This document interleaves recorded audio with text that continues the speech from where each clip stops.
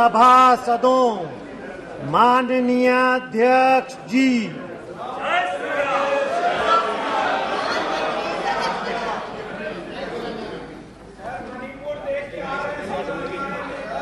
माननीय सदस्यगण, मुझे आपको सूचित करना है कि आज सदन में विशिष्ट दीर्घा में मलावी गणराज्य के संसदीय शिष्टमंडल के सदस्य विराजमान हैं।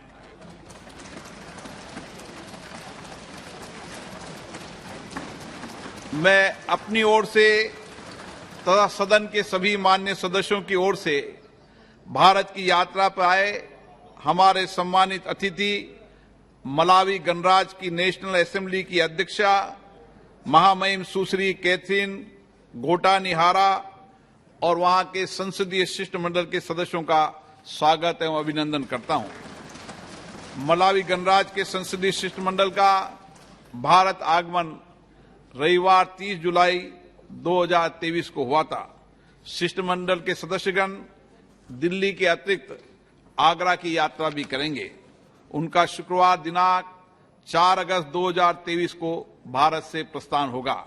हम अपने देश में उनके सुखद और सफल प्रवास की कामना करते हैं। उनके माध्यम से हम मलावी गणराज्य की संसद, वहां की सरकार और वहां की मित्र जनता को अपनी बधाई और शुभकामनाएं प्रेषित करते हैं। Question number 141।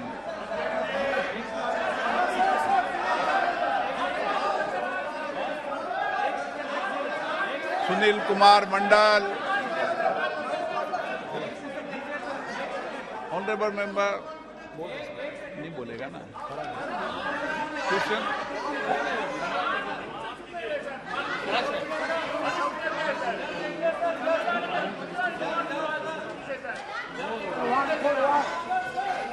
माननीय मंत्री जी, एक विवरण किया गया है। मान्यवर निशिकांत दुबे, क्वेश्चन नंबर 142।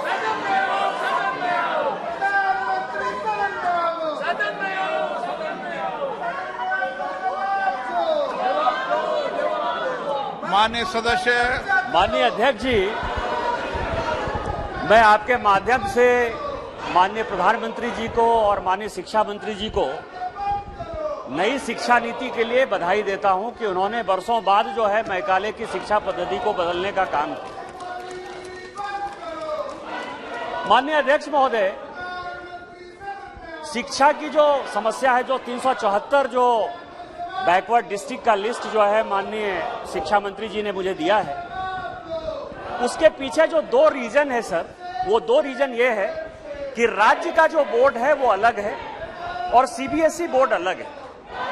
जो नौकरी पाते हैं बच्चे वो सीबीएसई या आईसीएसई बोर्ड के लोग होते हैं और जो राज्यों का जो बोर्ड है वो उस तरह से शिक्षा में कोप अप नहीं कर सकता है। दूसरा, पैसा खर्च करने के बाद भी मैक्सिमम जितने स्कूल राज्य सरकार चला रहे हैं, खासकर मेरे झारखंड में सर, उसमें शिक्षकों की भारी कमी है। दूसरा, रूसा से जो पैसा देते हैं, जो माननीय मंत्री जी ने कहा है, बिल्डिंग तो रूसा से बन जाता है लेकिन शिक्षक नहीं है और शिक्षक नहीं होने के कारण न स्कूल में पढ़ाई हो पा रही है न कॉलेज में पढ़ाई हो रही है।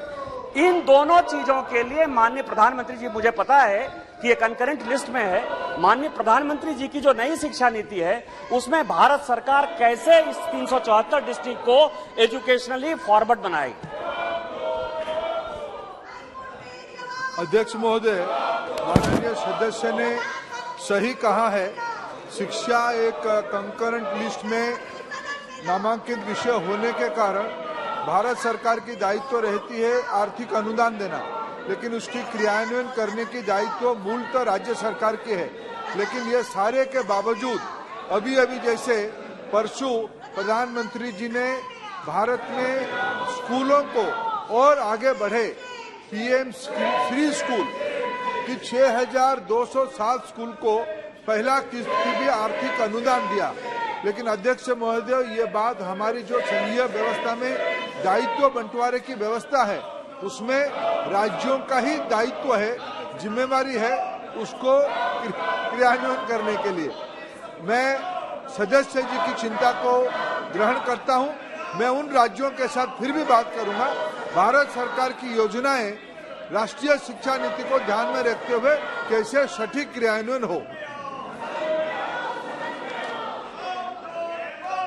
माननीय अध्यक्ष जी, दूसरा जो शिक्षा को बढ़ाने का एक बड़ा बीड़ा उठाया है माननीय प्रधानमंत्री जी ने, वो सेंट्रल स्कूल, सेंट्रल कॉलेज ये सब बनते हैं।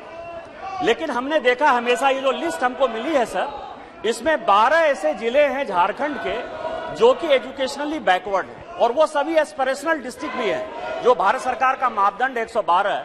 और वो सारे के सारे जिले 6 संथाल परगना के हैं। एक जो माननीय शिक्षा राज्य मंत्री हैं अन्नपूर्णा जी, उनका क्षेत्र है जो हमसे सटा हुआ है, और गिरिडीह है। तो 12 जिले में से झारखंड के 8 जिले ऐसे हैं जो कि संथाल परगना और उसके इर्द गिर्द है। लेकिन सेंट्रल यूनिवर्सिटी प्रभावी होने के कारण वो रांची जैसे जगह में बन जाता है या राज्य की राजधानियों में बन जाता है। मेरा आपके माध्यम से मंत्री जी से यह आग्रह भी है और यह प्रश्न भी है कि क्या आप इस लिस्ट को देखते हुए संथाल परगना में सेंट्रल यूनिवर्सिटी की एक इकाई या जो रांची विश्वविद्यालय सेंट्रल यूनिवर्सिटी है उसका एक कैंपस खोलेंगे, जिससे कि हम अपने तरफ से जो है शिक्षा को बढ़ावा दे पाए। अध्यक्ष महोदय, अभी फिर मैं विनम्रता से कहना चाहूंगा, ये यूनिवर्सिटी या सेंट्रल स्कूल करने की जो प्रक्रिया है उसमें राज्यों की एक प्रमुख जिम्मेवारी है।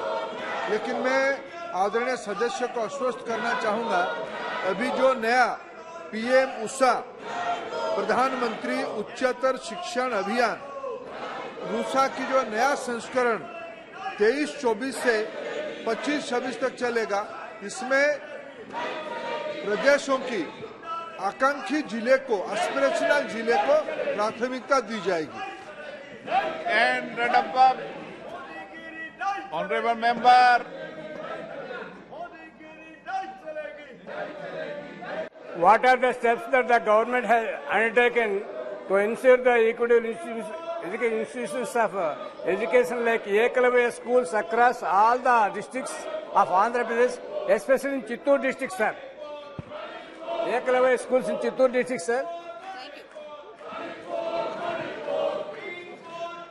अध्यक्ष महोदय, एकलव्य स्कूल की दायित्व भारत सरकार की जनजाति कल्याण विभाग की दायित्व में है।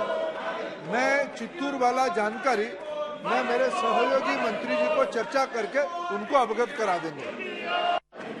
Shri Rakesh Singh ji, question number 143। माननीय मंत्री महोदय।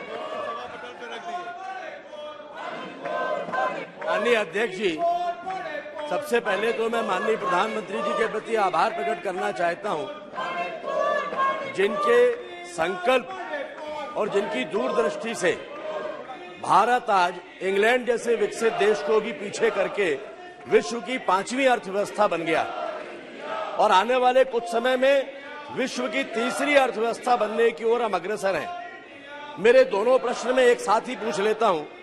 प्रश्न यह है महोदय कि अर्थव्यवस्था के मूल्यांकन को लेकर समय समय पर रेटिंग एजेंसियां अपने आंकड़े जारी करती हैं। ये उपयुक्त हैं या अनुपयुक्त हैं, ये अलग बात है, लेकिन हमारी अर्थव्यवस्था का प्रदर्शन बेहतर हो, बेहतर दिखे, इसके लिए सरकार क्या प्रयास कर रही है? और दूसरा प्रश्न है कि यदि हम ये मानते हैं कि हमारा प्रदर्शन बेहतर है, तो ऐसा मानने के पीछे हमारे क्या मापदंड या क्या आधार है? धन्यवाद अध्यक्ष जी।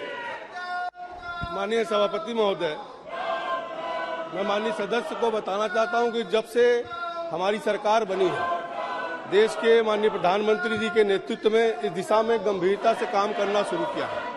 अगर आप देखें तो make in India to make in manufacturing in India, startup India, जो 29 श्रम कानून थे उनको सरलीकरण करके 4 लेबर कोड बनाया गया।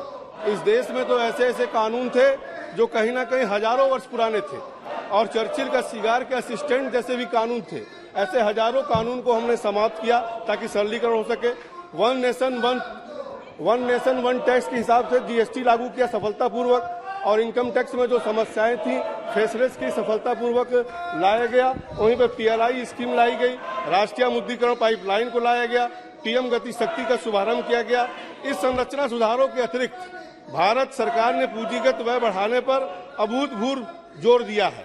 इसी कारण हमारी सकल पूंजी निर्माण में अत्यधिक वृद्धि हुई है और इसका गुणात्मक अर्थव्यवस्था की मजबूती के रूप में दिख रहा है। और इन्हीं सभी कारणों से मैं कह सकता हूं कि हमारी अर्थव्यवस्था तेज गति से बढ़ रही है। जहां तक दूसरा सवाल है कि किस आधार पर हम कह रहे हैं कि 2022 में, इसके पहले जब कोविड की महामारी पूरे दुनिया पे छाई थी, उसमें भारत भी अछूता नहीं था, लेकिन उस समय भी अगर देखें तो 2022 में वास्तविक जीडीपी जो 7 की दर से बढ़ी, जो वर्ष के दौरान दुनिया के सबसे तेज बढ़ती हुई अर्थव्यवस्था में से एक है। इस प्रकार भारतीय अर्थव्यवस्था की ग्रोथ रेट काफी अच्छी है। विकास की अर्थव्यवस्थाओं की तुलना में भारत में ब्याज दरें भी बेहतर हैं। जहां तक डॉलर के मुकाबले विनिमय दर की बात कहें, चाहे वो जापानी येन हो, चाहे कोरियन येन हो, इन एशियाई मुद्राओं की तुलना में भारत के रुपया अपेक्षाकृत स्थिर रहा है। और इसी तरह अगर भारत को ग्लोबल इनोवेशन इंडेक्स में देखें तो 40वें स्थान पर पहुंच गया है।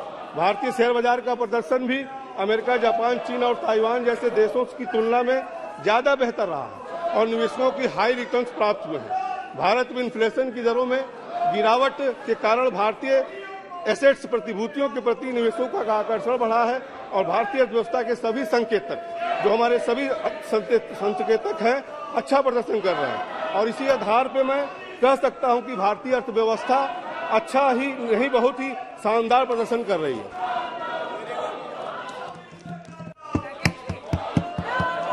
दोनों हो गए एक